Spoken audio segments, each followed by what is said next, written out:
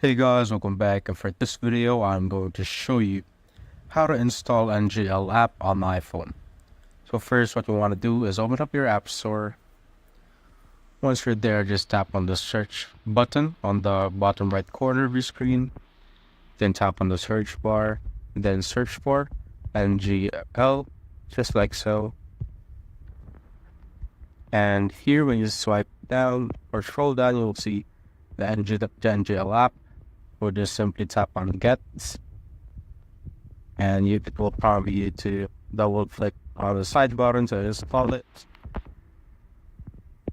Then it will have Face ID to make sure you are in the light room so that it can identify your face. And once that's done, just simply tap on open and tap on get started. And here you could now connect your Instagram or Snapchat. And that's basically it, guys. If you have found this video helpful, simply leave a like below or subscribe because it helps reach more people. See you on the next one.